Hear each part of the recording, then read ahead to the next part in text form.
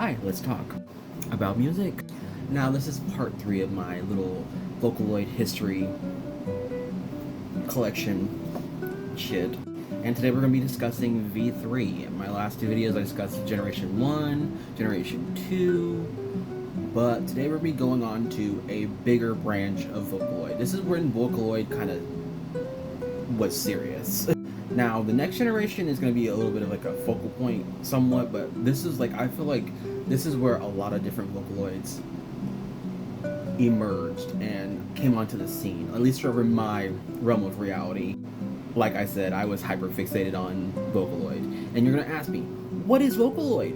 Vocaloid is a vocal synthesizer tool that is essentially like an instrument.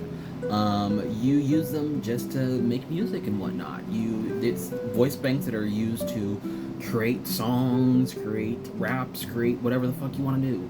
There are even some for like text-to-speech. They just cost money. And today we're going to be talking about V3, so let's get into it. So V3 would be released in October of 2011 and would expand the language database that we had in Vocaloid.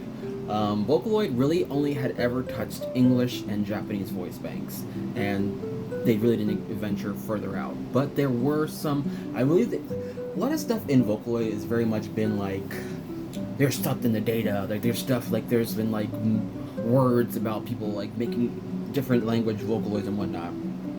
But they were always in the works, or they were always being more developed and on. But V3 would open the door and bust it wide open. I don't know why I used that. I couldn't think of literally anything else to say. The language that would be opened up to would be Spanish, Korean, Chinese, still including English and Japanese as well. But they would release some of their first ever Spanish Vocaloids, Chinese Vocaloids, and Korean. There's only, as my current knowledge, I believe there's only one Korean Vocaloid still. Correct me if I'm wrong.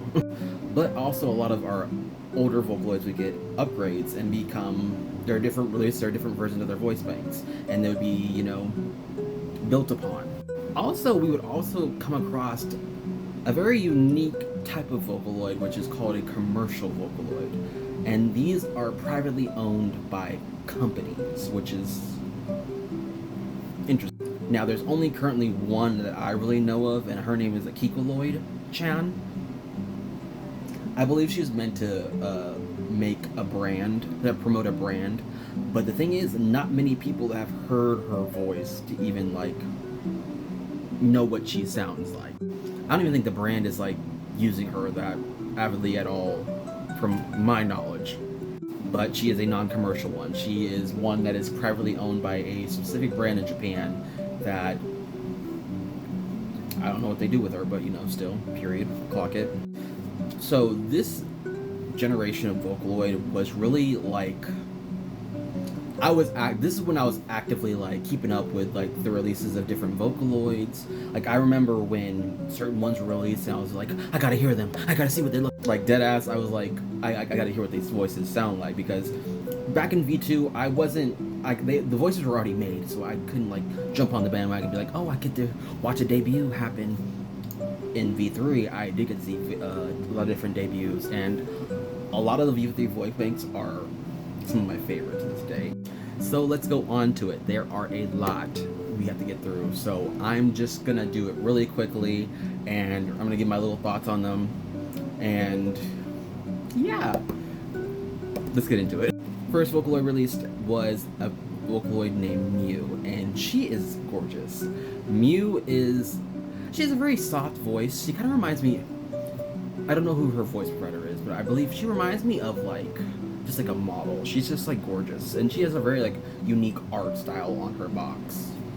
Because a lot of them don't have faces, but that's what she looks like. That's what her identity is. So Mew, great Vocaloid. Our next Vocaloid would be CU, and CU would be our first ever Korean voice bank, and she also has a Japanese voice bank as well. But CU would be the official first Korean voice Vocaloid, which was highly celebrated. Sadly, she doesn't get that much love, but she is still well regarded as one of the better voice banks. I'm a big fan of her, but you know, she's alright. Megami would receive a Vocaloid V3 upgrade. So next one would be Gumi. And then, next one would be another update for VY1 V3, which was originally VY V2 and then VY1 original. So she got another update. Another Vocaloid that would be released is Tone Rion, and correct me if I'm wrong, but I believe she is highly influenced by otaku culture. I don't know. I think she's purely made because of otaku culture, so yeah. Next one is our favorite little guy, Oliver. Oliver is a English voice bank, and he's just a sweet little character. He's one of the better quality English voice banks. Sadly, he's not gotten any updates since his debut in V3, but you know, he's still one of our favorites. Another Vocaloid that released was Cull. Cull is, I believe, associated with a brand or like a show, I believe, in Japan. I'm not too sure, but I think her name is supposed to stand for culture. So, yeah. One of my favorites, Yuzuku Yukari, is going to be next, and she has gotten quite a lot of love over the, I think, span of V3 and V4, which is be the next branch we go into. But she's one of my favorite ones. She's a very soft and nice voice. Then we got our first ever Spanish Vocaloids for debut, and they were released, I believe, together. I couldn't think of the word for some reason. And that would be Bruno and Clara, and they'd be their first ever Spanish Vocaloids, and they were not that popular at all, sadly. So I really can't give you much of information on them. They didn't bust out of the scene or anything like that. So yeah. Now our next Vocaloid is going to be one that is one of my favorites, and that is honestly one of the best Vocaloids in my opinion. Sorry.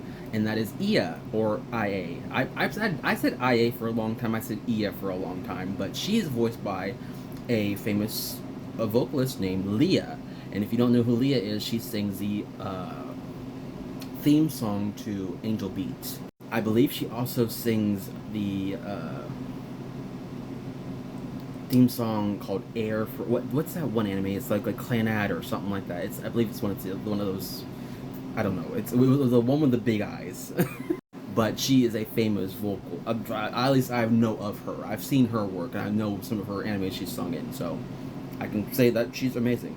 Next one will be our little blue fairy, Aoki Lapis. And Aoki Lapis is a very soft and just cutesy girl. I'm not really too enthusiastic about her, but she's alright.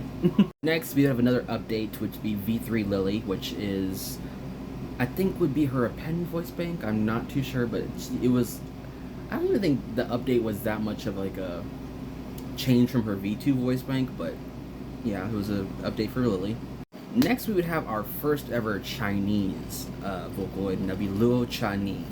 I probably pronounced that horribly, but her name, I'll put it on the screen. You'll see it, you know. But she'd be the very first Chinese Vocaloid, and she'd be very highly regarded. I can't really say I've heard her that much. I don't really listen to Chinese music, so I can't really say much on her. So, yeah. Love you, Luo. Now, our favorite little green dinosaur would get another update, and also he would actually get a body this time. He'd become a little green character.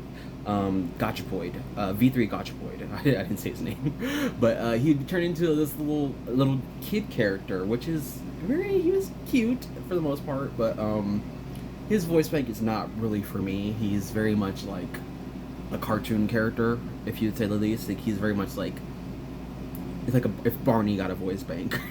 Now, I have to do a part 2 to this because I can't get all of them in here because there are so many. I thought I could probably squeeze it in there. Could not. There are a lot more. So let's jump into our next part. So hopefully follow me along with V3's voice banks and history and whatnot. So, bye.